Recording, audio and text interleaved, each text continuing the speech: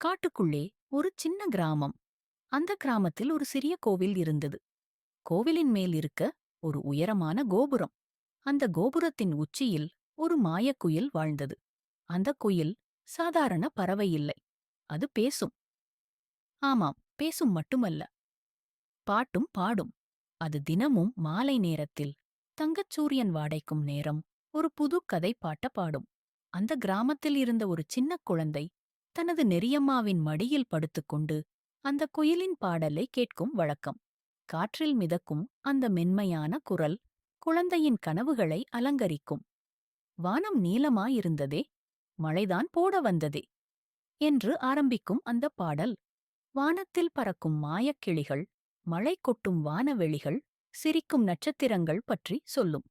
குயிலின் ஒவ்வொரு பாடலும் ஒரு புதுப் பயணத்தைப் போல இருக்கும். ஒரு நாள் அது ஒரு வானவில் மேகக்குதிரையைப் பற்றி பாடும். மறுநாள் அது நிலா நதி ஓரத்தில் வாழும் வண்ண மீன்கள் பற்றிப் பாடும்.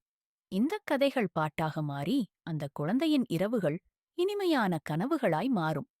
மழை பெய்யும் சத்தத்திலும் மரம் அசையும் ஓசையிலும் அந்த குயிலின் குரல் ஒரு இசையைப் போல் கலந்து போகும். முடிவில் அந்த குழந்தை மெதுவாக தூங்கிக் ஆழ்வதும் மாயக்குயில் ஒரு மென்மையான கூவலுடன் வானத்தின் இருளில் மறைந்து விடுவதும் அது ஒரு இரவின் சிறந்த முடிவாக